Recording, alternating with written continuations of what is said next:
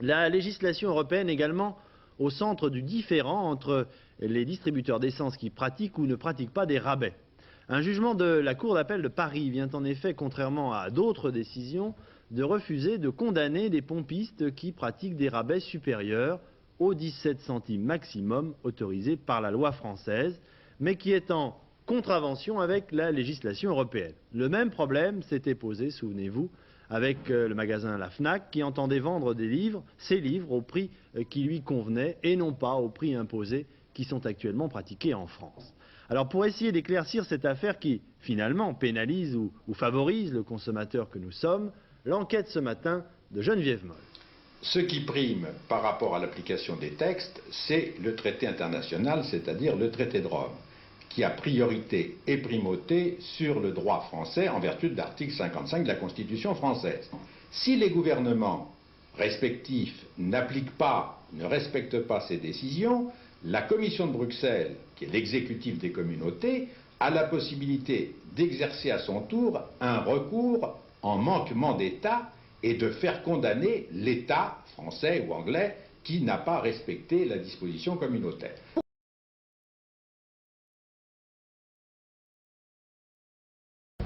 Alors, invité d'Antenne de Midi, Monsieur Édouard Leclerc, vous venez d'entendre l'exposé des faits. Le premier reproche que l'on vous fait, c'est de vouloir la mort des pompistes indépendants. On pourrait aussi vous dire que l'accroissement d'audience d'Antenne 2 va supprimer les autres chaînes. Oui. Je crois que le problème ne se pose pas ainsi. Nous ne faisons pas de rabais. Oui, mais vous apportez autre chose. Et par là même, vous augmentez votre concurrence vis-à-vis des autres chaînes. Les centres clairs, eux, luttent aujourd'hui contre l'inflation. Et cette lutte contre l'inflation ne peut être que globale. C'est la lutte contre les prix imposés, que ce soit pour le livre, que ce soit pour l'essence, et que pour tous les produits existants. Or, nous savons très bien que en mars 1957, la France a été co-signataire du traité de Rome. Ce traité de Rome a été approuvé par le Parlement, Assemblée nationale et Sénat. Dans ce traité, il est stipulé qu'on ne peut faire aucune entrave à la liberté des prix à l'intérieur des pays du marché commun. Par conséquent, ce n'est pas Édouard Leclerc qui est dans l'illégalité aujourd'hui, c'est le gouvernement.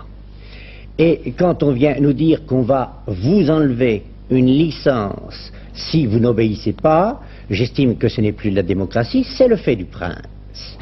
Et par là, je constate qu'il n'y a plus aucun argument juridique pour m'interdire de pratiquer cette baisse. Oui. Je crains fort que dans la crise actuelle dans laquelle nous sommes, on recule.